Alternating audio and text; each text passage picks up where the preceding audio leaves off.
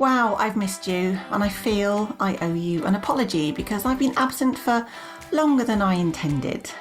You may know we moved house over the summer, and I gladly sank into all the boxes of our belongings that we packed, and just took as long as I feel I needed to feel settled again, which was longer than I anticipated anyway.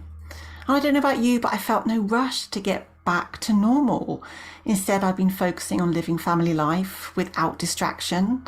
I've painted, I've grown some green fingers, got back into baking, and we found this incredible calm at our new house. The dogs have noticed it too, and to be honest, it feels amazing. But Cake Over Keto has returned at last. We are recharged and ready to go for another 10 episodes, standing up together against diet culture so you can make peace with food and eat the goddamn cake without anxiety and guilt. I am Mel Wakeman, registered nutritionist, intuitive eating practitioner, non-diet counsellor and lover of apple and blackberry crumble. I specialise in disordered eating and recovering from chronic dieting, eating disorder recovery and body dissatisfaction, all through a weight-inclusive lens. I am here to provide a safe healing space for those on their way to food and body freedom and recovery. So please keep your ears plugged in. What's coming up in this episode is right around the corner. Welcome to episode 11. I want to talk about food addiction. Like, can we really be addicted to food? Because we can have really strong desires and cravings for it. We can feel out of control when eating, and that can certainly make you feel like you're addicted, but we need to dig a bit deeper. And does food having some addictive qualities like evoking cravings mean it's really addictive, or is there something else going on? So I think we need to see what addiction and feeling out of control with food can look like. And if addiction of food is a thing, then how does it differ from binge eating? So let's look at eating behaviours, and I'm going to introduce you to some reward pathways in the brain. Then we get to the really interesting bit, because if food is addictive, then wouldn't abstinence be the answer? In which case, cutting out the problematic foods would make everything okay, but that doesn't happen usually. Oh, and wouldn't we get withdrawal symptoms? So how can we learn to feel more in control of our eating without restriction and feeling we need to obsess and be in control of our eating? So join me for the next 20-ish minutes, get the kettle on and find a comfy spot. And if you'd like to follow me on social media, please do. I'm on Instagram as me, Mel Wakeman, and I'm on TikTok at Cake Over Keto. And do feel free to drop me a message if you'd like to carry on the conversation. I will get back to you. Help me, I'm addicted to broccoli, said no one ever. Now, what if instead we made that broccoli sugar? Now, we're going to have a very different story going on. And even though sugar can make your coffee taste better, and for me at least, pudding is now probably my favourite and best part of a meal, sugar is referred to as this poison. It's just like crack, they say, an evil white powder that will take over your mind and send you to an early grave. Cue the drug comparison. Unless, of course, the sugar happens to come from coconuts or dates that have been blessed by the sacred monkeys of Himalayan purists, apparently. But the emotions folk feel around sugar are talked about in very similar ways as those associated with drug addiction. Love, hate, guilt, shame, fear, disgust. And as we'll see, there are indeed similarities in the characteristics of eating disorders and substance abuse disorders. But does that put them in the same bag? Do we even need a bag in which to label something or someone? And when researchers started to look at what sugar could do to the brain, guess what? It looked incredibly similar to the effect of drugs on the brain. And you might remember some time ago seeing these images that were circulated on the news and social media. And there were two brains side by side. One was labelled sugar and the other labelled cocaine. And what was being shown was the brain's neurological reward pathway literally lit up in a brain scan. On response to the sugar and cocaine, yes, they had very similar fluorescent greeny yellow patterns going on. But did that make sugar a drug? Did that make sugar as bad as cocaine?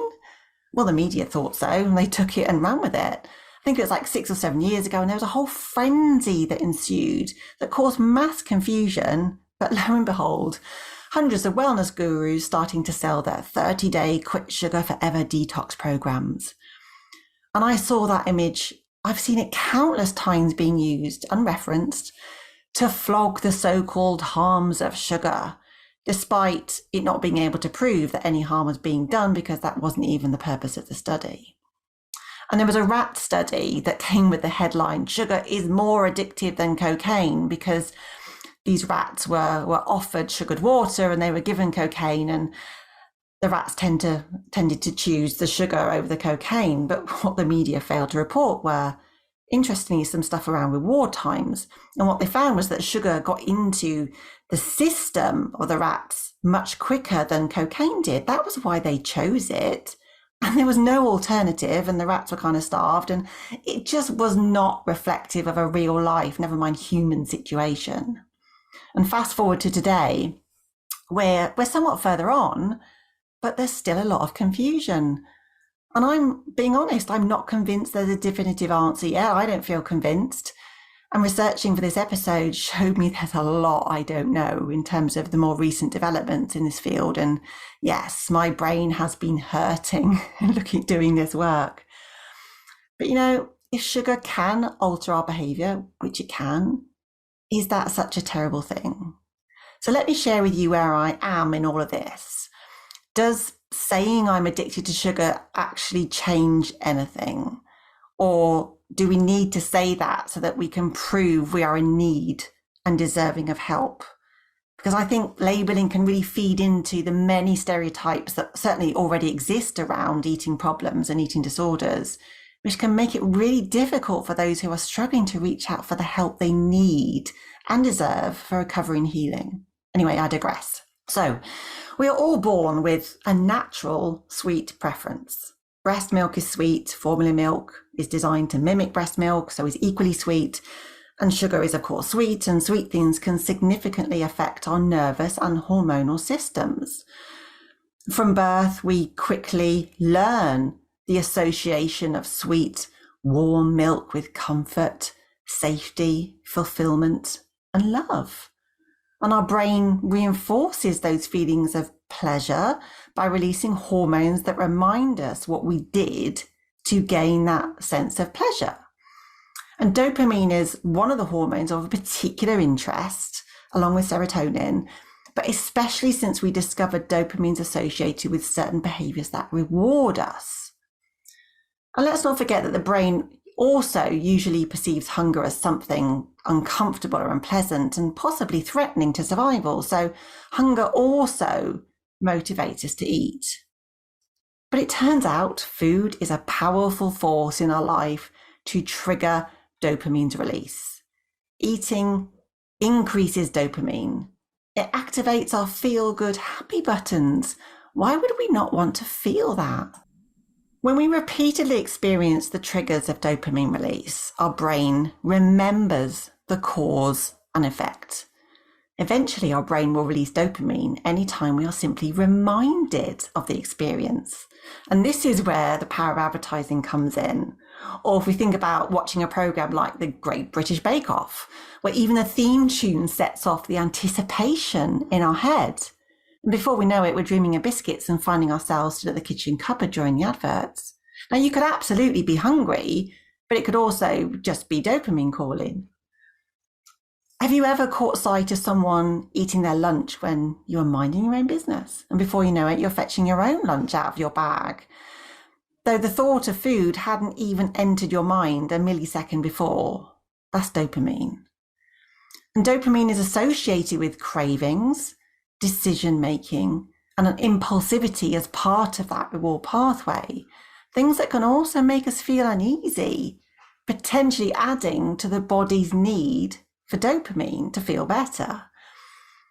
Dopamine is also linked to lack of control, feelings of fear and anxiety, feelings that can be very unpleasant And interestingly, higher levels or sensitivity to dopamine has been associated with anxiety disorders, which also can run parallel and be associated with eating disorders. Now, I certainly see in my work how much anxiety food can cause in people's lives. And when it comes to eating, diet culture keeps on digging its giant claws in, reminding us of the mistruth that what and how much we eat determines our health and our worth, that willpower, discipline, and striving for this unattainable thin ideal is the key to health and our happiness. As the originator of food demonization, diet culture also loves to slate higher fat and sugary foods. Now, yes, they can cause a bigger dopamine release, but is that always a problem? Yet diet culture's response is, don't eat these foods because they will make you hungrier. And that means the worst thing ever will happen. You will likely gain weight. Oh, but don't forget, they crashed in on the dopamine diet, sold for happy weight loss. So they have a glass of water instead, chew some gum, try to convince yourself that carrot sticks are just like crisps. Just doesn't work for many. Not because they lack willpower, but because there's usually other stuff going on. Eating is complicated. Yet the most reasonable explanation diet culture can provide is, well, if you really can't control yourself, then you must have a food addiction. Oh, and by the way, that's still your fault. Eating problems often stem from unmet needs, difficult and suppressed emotions, as also found with substance abuse, and restrictive eating practices. And if we look at the characteristics of a binge or compulsive eater, they may feel unable to express their feelings and needs effectively. They may eat to numb or distract. They may feel comforted when eating, but also guilty. Eating can be chaotic and confusing and distressing, usually because it accompanies a loss of control. And yet our stomach is supposed to help us. Physically putting food in our tummy is meant to cause dopamine to subside. It's literally so we don't kind of bust a gut. There's a physical, mechanical mechanism that goes on that stops us overeating, but this doesn't happen in everyone. And in folk with eating disorders, where there is the added challenge of kind of reduced interoceptive awareness, and there's often suppressed sensations of hunger and fullness, again, it adds to the complexity. So when folk feel what they are doing is wrong, when we're kind of overeating or binge eating, and so we're told anyway, and it feels awful, instead of stopping, the brain decides the solution is to seek out more dopamine. So we keep going and we keep going, and self-blame becomes very evident, yet these are not necessarily consciously controlled actions. Now, binge eating has been linked to alterations in how rewarding a food is. Sometimes there can be hyper-responsiveness to rewards, like food, via dopamine, which can make eating more rewarding and pleasurable than in people who are what we would call normal eaters. And sometimes there is hyper-responsiveness. So there have been neuroimaging studies in women with bulimia that showed their brain's reward pathway with the dopamine was much more active compared to normal eaters, simply when they viewed pictures of foods. And studies that looked at anorexia, they found significantly decreased reward sensitivity. So food was less rewarding, as well as experiencing higher sensitivity to punishment. So there are definitely, I think, a number of things going on here, rather than we might be thinking like a chemical kind of reaction or sensitivity to the sugar. But you know what? Can we agree that food is supposed to taste good? Whether or not we experience that, it's supposed to be rewarding.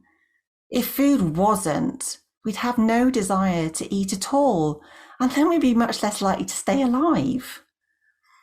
And research shows us that abstinence through restrictive diets actually increases the reward value of foods and makes you want it more. It's like that saying, the body wants what it can't have. Now, this is an evolutionary survival mechanism, not lack of willpower. And people with addiction often report feeling out of control, something that is also often cited by folk who binge eat, despite the reward, no matter how short, they may experience. But I think this out of control feeling often comes from the body defending its need for nourishment. So binge eating is commonly associated with restriction. And often what happens is we create like a conditioned bias that certain foods are bad or addictive, because we tell ourselves when, based on experience, when we finally give into that craving, we tend to eat more quickly. We tend to overeat, cue the guilt. But here the body is trying to compensate for not being fed or nourished enough, for being deprived.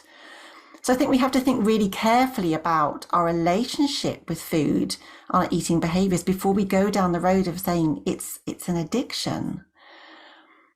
And what happens is the binge becomes even more rewarding in these folk compared to the normal feelings of fullness and satisfaction we might feel with eating. So the post-binge guilt leads to further restriction, which serves to maintain the high reward of binge eating. And this is where a lot of people find themselves stuck. And when you feel stuck, you can't get out. Again, we kind of look for a reason, and addiction would be a possible solution or a reason or excuse for that. Research in intuitive eaters who are more in tune with their natural hunger and fullness cues and often exhibit greater emotional intelligence and resilience show they have lower eating restraint, meaning they don't restrict or eliminate food groups, while simultaneously having less overeating and binging. So where abstinence is seen as a solution for substance addiction, it's not the answer to binge eating or other eating disorders, to be honest. And this is the key point of distinction for me between an eating disorder or disordered eating and an addiction.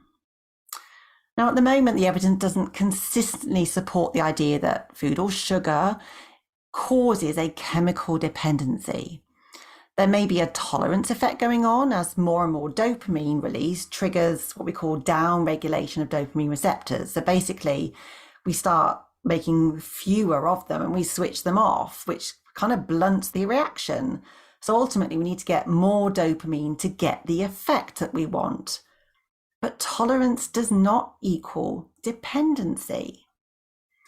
And I think all too frequently, blame is applied to the individual, especially in eating disorders, or by shaming the use of food to cope, whether this shows up as restriction or overeating, rather than acknowledging and considering there have been perhaps difficulties in life, like little things, just as much as bigger traumatic events, inadequate coping skills through no one's fault, and variations in our neurobiology.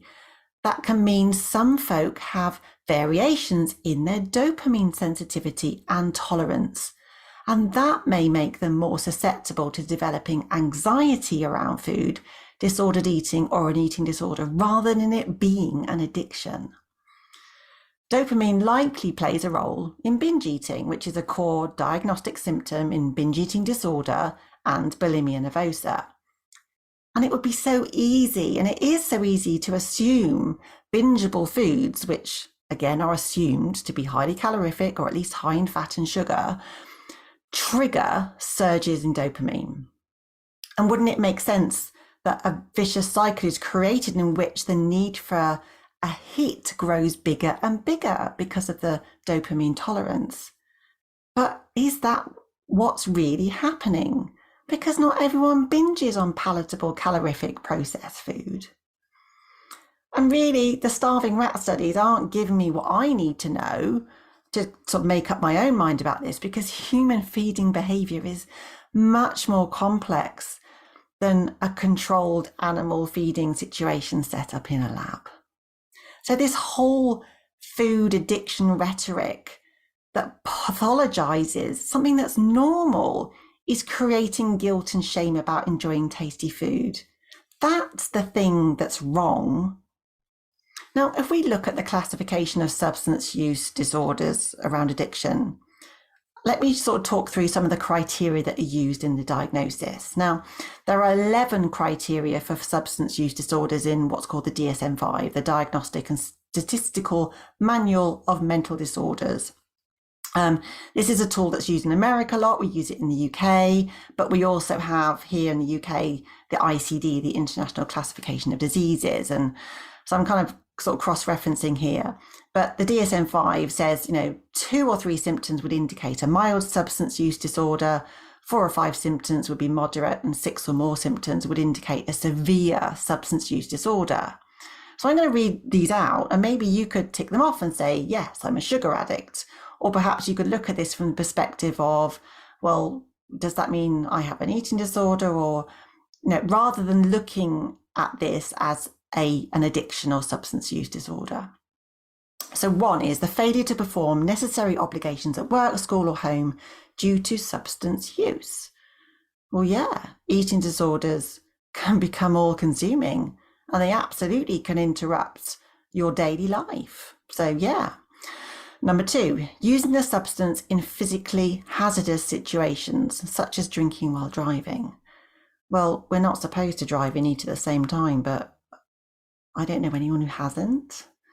Anyway, number 3, continued substance use despite social and interpersonal problems created by the substance. Well, certainly with binge eating, again, it takes over your life. And this is a cycle where one phase feeds the next. So as much as there can be a need and desire to stop, as much as it can be negatively affecting your life, it can be really difficult. So yeah, it interferes with stuff. Number 4, withdrawal symptoms or the need to take the substance to prevent withdrawal. No, you see, I don't think we get this with food. We might feel really, in terms of deprivation and restriction, that can feel really difficult, but it's not, I don't think, comes under the same sort of umbrella as withdrawal symptoms that you'd see with substance abuse. Number 5, the substance is taken in larger amounts for longer durations than its intended use, such as the use of prescription pain medicine. I don't know, eating disorders can morph and change. I don't know. I don't think this fits in with sugar, really. Number 6, a persistent desire to cut down on the substance, but inability to do so. Yeah, absolutely. Binge eating is really hard to stop. This would relate to food, I guess. Number 7, tolerance to the substance, characterised by either increased need for the substance or diminished effect of a consistent dose. Well, that happens with the dopamine, but not with the food or the sugar itself. 8, a lot of time and resources are invested in obtaining the substance. Well, I know with problem eating, people often kind of hide food or try and keep it out of sight. And I'm not sure anyone has actually threatened a shopkeeper to get money for a flake or a bag of giant Cadbury's buttons. And I'm not trying to make fun of this, but, does that happen? But I can't also deny the need for a dopamine hit can be incredibly powerful in some individuals. Number 9, substance use leads to decreasing or giving up important social, occupational, recreational activities. I think this is very similar to number 1. Yeah, it takes over your life. It becomes all consuming, food obsession and preoccupation. A massive distraction becomes really important. Number 10, the substance use is continued despite the knowledge it is causing physical or psychological harm. Well, I think in terms of food, people get caught with cravings. They don't know how to manage them. They often kind of counterintuitive, then go down the sort of the restrictive route. So I think what I worry about is the physical and psychological harm of restrictive eating behaviours, to be honest. And number 11 is cravings or strong desires for the substance. Yeah, that happens. So according to this, then yeah, in theory, it would be classified as maybe, a substance addiction, but no, I don't go with that at all. So yeah, the research is still very mixed. We're unable to agree sugar is chemically addictive, despite loss of control, cravings. I don't know, the characterization of this type of addiction by a recurring desire to continue taking the drug despite knowing there are harmful consequences kind of stinks a weight stigma, if you ask me. Now, I don't know how you might feel about the fact that sugar or food addiction could potentially sit under a non-substance addiction. It's basically a behavioural addiction. And this comes under things like pathological gambling and mobile phone addiction. And we really need to be aware of our environment that is designed to deliberately manipulate our dopamine response, which makes it really difficult to stop using their products. I read a really interesting book called How to Break Up with Your Phone by Catherine Price. And yeah, she talks about dopamine and kind of our sort of obsession with notifications that come up on our mobile phones. So this could be chocolate or crisps or Netflix just as much as mobile phones. So there's that environment. Our environment makes it very tricky to kind of do the things we may be needing and wanting to do. We have to think about our kind of coping strategies. And really, if you're experiencing anxiety around food, if you're not sure if you're binging or are worried about binging episodes, then it might be worth speaking to someone about this. And maybe be honest with yourself and ask yourself if you've been restricting food or food groups. Have you been trying to reduce the amount of food you're eating by dieting or focusing a lot and feeling preoccupied by clean or healthy eating? Because that may at least partly explain what might be going on for you. But my inbox is open. So if you feel you'd like to speak to someone about this, do get in touch. I'm going to leave this episode with the idea that hopefully the idea you're not addicted to food is kind of liberating. And perhaps you can begin to give yourself permission to include all foods in your diet, including the ones that you desire and crave and enjoy. Now, I've got my pick and mix coming in a minute, but it's going to be a very quick one. Okay, I confess, I've eaten all the pick and mix for this episode. So, short and sweet. That's it from me for this episode, my friends. Thank you so much for joining me.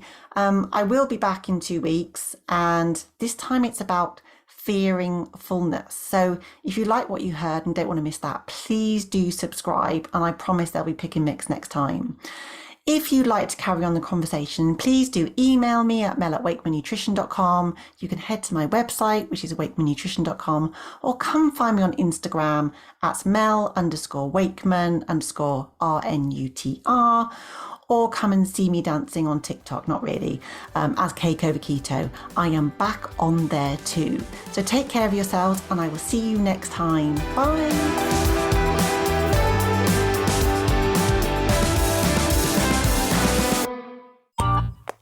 This has been a Monkey Pants Productions podcast.